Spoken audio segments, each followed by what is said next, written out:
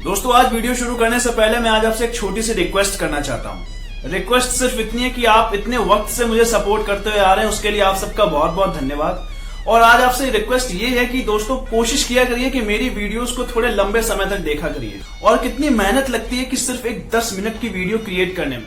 आप वीडियो देखिए प्लीज भाई, लेकिन गलत कमेंट मत कीजिए यार, दिल से लगता है भाई। प्लीज भाई, मेरे दोस्त हो, सब मेरे दोस्त हो, प्लीज प्लीज भाई। मैं आपसे उम्मीद करता हूं कि आप मेरी वीडियोस आज से, जो कि सिर्फ हफ्ते में 2 वीडियोस में लाता हूं जो कि 10 मिनट की रहती हैं, दोस्तों कोशिश किया करिए कि प्लीज मेरी वीडियोस को जो है आगे तक देखा करिए, ताकि मुझे थोड़ा सपोर्ट मिलेगा और आगे के टाइम में मैं आपकी आवाज को और अच्छे प्लेटफॉर्म्स पर रख पाऊंगा। आप लोग जानते हैं कि आपके लिए मैं जो कंटेंट क्रिएट करता हूं और जो वीडियोस मैं आपके सामने लाता हूं, उन वीडियोस को क्रिएट करने में मुझे कितना समय लगता है और मैं कितना एफर्ट क्रिएट करता हूं उस वीडियो को बनाने में। माफ करना दोस्तों अगर मेरी एक्टिंग अच्छी नहीं थी, अब क्या करें, ये एक्सेप्टेबल नहीं है। तो दोस्तों सिर्फ इतना ही रिक्वेस्ट थी कि प्लीज जितने लोग मुझसे शुरुआत से जुड़े हुए हैं और जो लोग नए आए हैं, दोस्तों मेरी वीडियोस को एंड तक देखा करिए। दुनिया भर की बकवास सुनने से अच्छा है कि कुछ इन्फॉर्मेटिव जानकारी आपको मिल जाए। अभी मजा आएगा ना। तो चलिए शुरू करते हैं। दोस्तों अभी रिसेंटली ध्रुव राठी ने दोबारा से अपनी फेक जनता को दोबारा से फेक न्यूज फैलाते हुए दोबारा से उनको मैनिपुलेट करने की कोशिश की है और उनको एक अंधेरे में रखा है कि किस तरीके से हमारे देश की जो सरकार है प्रेजेंट की, वो जो भी डिसीजंस लेती है किसी न किसी तरीके से हमारे देश के किसानों के खिलाफ ही है। What's up guys, this is the Liberal Pandit और आप सभी का इस वीडियो में बहुत बहुत स्वागत है। दोस्तों आज हम बात करने वाले हैं एक बहुत ही जरूरी चीज के बारे में। नहीं, हम यहाँ रिया चक्रवर्ती के बारे में बात नहीं करेंगे और ना ही बात करेंगे कि कंगना रनौत ने बीजेपी ज्वाइन करी तो कब करी, या फिर पार्लियामेंट में अमिताभ बच्चन की वाइफ जया बच्चन ने क्यों कहा कि जिस थाली में खाते हैं उसी थाली में छेद करते हैं। वैसे किसकी थाली थी और किसका छेद हुआ ये तो वक्त के साथ ही पता चलेगा। और वो कंगना रनौत का बिजनेस है, वो बहुत अच्छे से संभाल रही है। हम यहाँ पर इसके बारे में बात नहीं करने वाले हैं। दोस्तों आज हम एक बहुत जरूरी चीज के बारे में बात करेंगे और वो इसलिए जरूरी है क्योंकि वो हमारे अन्नदाता हैं। इस देश के सबसे जरूरी इंसानों में उनको गिना जाता है, लेकिन आजकल लोग इतने ज्यादा एक्सप्लॉइट हो गए हैं कि रियल मुद्दों से वो हटकर सिर्फ इस बात पर फोकस करते हैं कि रिया चक्रवर्ती ने किस कलर की टी शर्ट पहनी थी और उस टी शर्ट में लिखा क्या था। दोस्तों आज हम बात करेंगे अपने देश के महान किसानों के बारे में। दोस्तों हमारे भारत के महान किसान, जय जवान जय किसान। अब आप सोच रहे होंगे कि कितना ज्यादा बोरिंग टॉपिक है, किसानों के बारे में सुन के आपको क्या मिलेगा। दोस्तों किसान वो हैं जो हमारे पेट से जुड़े हुए हैं। हम लोग एसी के रूम में बैठ के ट्वीट करते हैं कि पोस्टपोन जी नीट एग्जामिनेशन, और वहां पर वो लोग लॉकडाउन के चलते हुए भी अपने खेतों में काम कर रहे थे ताकि आपके घर तक अनाज पहुंचाया जा सके। लेकिन यहाँ पर कुछ लोग नफरत फैलाने से पीछे नहीं हटते हैं। दोस्तों भी रिसेंटली किसानों के लिए नरेंद्र मोदी की सरकार ने एक बहुत अच्छी योजना लाई, लेकिन यहाँ पर ध्यान देना होगा कि कुछ लोग अपने फेक प्रोपोगेंडा को फैलाने के लिए किसी भी हद तक गिर सकते हैं, इवन फिर चाहे वो बात किसानों से जुड़ी ही क्यों ना हो। नमस्कार दोस्तों। नमस्कार दोस्तों। नमस्कार दोस्तों। No God! नमस्कार दोस्तों। निकल उनकी योजनाओं को लेकर कुछ लोग किस तरीके से नफरत फैला रहे हैं सोसाइटी में, उसके बारे में भी हम बहुत ही ब्रीफली डिस्कस करेंगे। दोस्तों भी बात करें रिसेंटली ध्रुव राठी की एक नई वीडियो के बारे में, तो उन्होंने एक नई वीडियो रिलीज करी जिसमें किसानों के बारे में वो बहुत ज्यादा चिंतित दिखाई दे रहे हैं। जय जवान जय किसान। वैसे तो वो हमेशा ही से ही मोदी सरकार को क्रिटिसाइज करने में कोई कमी नहीं रखते हैं, तो अभी रिसेंटली मोदी सरकार की एक नई योजना जो कि वन नेशन वन मार्केट के नाम से जानी जाती है, तो इस योजना के खिलाफ वो दोबारा से जहर फैलाने की कोशिश करते हैं और बताते हैं कि जिस तरीके से बुरहान वानी डरा हुआ है, उसी तरीके से हमारे देश के महान किसान जो कि किसी से नहीं डरते, वो भी डरे हुए हैं नरेंद्र मोदी की सरकार से। जिस तरीके से उनके कुछ बेस्ट फ्रेंड ने hashtag I stand with Umar Khalid का हैशटैग बहुत अच्छे से लोगों तक पहुंचाया, तो वो लोग भी नफरत फैलाने में कोई कमी नहीं रख रहे। दोस्तों बात करते हैं कि ये मुद्दा शुरू कहां से हुआ। दोस्तों जब से ये देश आजाद हुआ था उसके बाद इस देश में काफी सारे चेंजेस किए गए किसानों को लेकर, जिसमें ग्रीन रिवॉल्यूशन हमारे देश की क्रांति का एक बहुत बड़ा हिस्सा रहा है, जिससे हमारे देश के किसान दुनिया भर में फेमस हो गए और उससे हमारी इकोनॉमी जो कि बहुत ज्यादा एग्रीकल्चर पर डिपेंड करती है उसको भी बहुत मदद मिली। दोस्तों यहाँ पर शुरुआत होती है मोदी सरकार के 3 ऑर्डिनेंस के पास होने के बाद। वन नेशन वन मार्केट की पॉलिसी के खिलाफ पंजाब और हरियाणा के कुछ किसान सामने आ जाते हैं और वो कहते हैं कि हमें इस पॉलिसी से नुकसान होगा, क्योंकि वो कांग्रेस की बनाई हुई एपीएमसी को फॉलो करते हैं, agriculture product market committee act. ये वो एक्ट था जिसकी वजह से देश के किसानों को बहुत सारा नुकसान हुआ। उसके बारे में भी हम आज बात करेंगे। दोस्तों, शुरुआत होती है इस चीज की वन नेशन वन मार्केट की 3 ऑर्डिनेंस के पास होने के बाद। जब ये प्रोसेस एक एक्ट बन जाता है तो उसके बाद पंजाब और हरियाणा के कुछ किसान इस चीज से नाराज हो जाते हैं और वो प्रोटेस्ट करने की डिमांड करते हैं।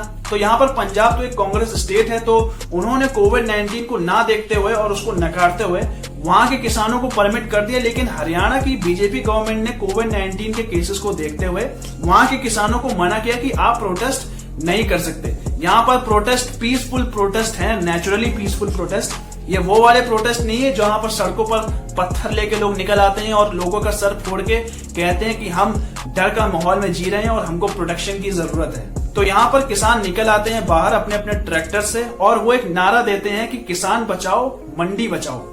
यहाँ पर मंडी का शब्द इसलिए इस्तेमाल किया गया क्योंकि जब इस देश को आजादी मिली थी उसके बाद इस देश में जिस तरीके से ग्रीन रिवॉल्यूशन आया जो कि हमारी इकोनॉमी को बूस्ट करने में बहुत सहयोग किया था, ये बात सही है। हमारे देश की इकोनॉमी जिस तरीके से एग्रीकल्चर सेक्टर पर डिपेंड करती थी तो उसका बहुत बड़ा फेवर जाता है देश की ग्रीन रिवॉल्यूशन को, जहां पर किसानों ने इस देश की इकोनॉमी को एक बहुत अच्छे स्तर पर पहुंचाकर खड़ा कर दिया था। लेकिन यहाँ पर प्रॉब्लम क्या आती है, जो कि agriculture product market committee act है। ये एक ऐसा एक्ट था जिसमें अलग अलग राज्यों में मंडियों को बनाया गया था, सब्जी मंडियों को, जिसमें हर किसान को आना अलाउ था और वहां पर कई सारे बिचौलिए आते थे जिनको परमिट मिलता था सरकार से। यहाँ पर सरकार का फिर ज्यादा मेजोरिटी ऑफ पावर हो जाती थी। उसके बाद जब इन बिचौलियों को परमिट मिल जाता था तो फिर ये लोग किसानों को एक्सप्लॉइट करने लगते थे। यहाँ पर गुट बना लिया जाता था और किसानों को इस बात के लिए फोर्स किया जाता था कि हम इससे ज्यादा पैसा देंगे नहीं। उसके बाद प्रॉब्लम ये होती थी कि जो वो बेचारा किसान जो इतनी मेहनत करता था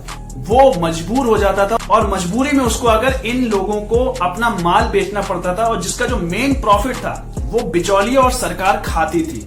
क्योंकि कांग्रेस पार्टी का इतिहास रहा है कि बिचौलिए उनके फेवरेट रहे हैं। फिर चाहे वो डिफेंस डील में हम देखें किस तरीके से बिचौलियों को रखकर बड़े बड़े घोटाले करने में बहुत ही ज्यादा सक्सेसफुल रही कांग्रेस पार्टी, यहां पर भी बिचौलियों को रखती थी। तो इन सारी चीजों को देखते हुए अभी रिसेंटली मोदी गवर्नमेंट 3 ऑर्डिनेंस को पास करती है 10 सितंबर को, जिसमें वन नेशन वन मार्केट की पॉलिसी को अलाउ किया जाता है पूरे देश भर में, जो कि एक ट्रांसपेरेंसी के लिए बहुत ज्यादा जरूरी होता है। इंटरनेट की सुविधा देकर एक ऑनलाइन प्लेटफॉर्म दिया जाता है जो कि बिल्कुल ही ट्रांसपेरेंट रहता है। और जो सबसे खास बात थी वो ये थी कि यहाँ पर जो एपीएमसी के द्वारा मंडियां बनाई गई थी जिसकी वजह से देश के किसानों को उन मंडियों में टैक्सेस भी देने पड़ते थे। समझ रहे हैं, एक तरफ लूट हो रही है तो दूसरी तरफ टैक्सेस भी देना पड़ रहा है। तो इंसान क्यों ना आत्महत्या करे।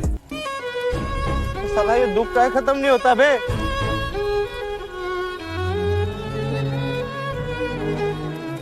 तो यहाँ पर इन चीजों के लिए फ्री कर दिया गया, कोई टैक्स नहीं लगेगा किसानों के ऊपर अगर वो एपीएमसी की मंडी से बाहर माल बेचते हैं।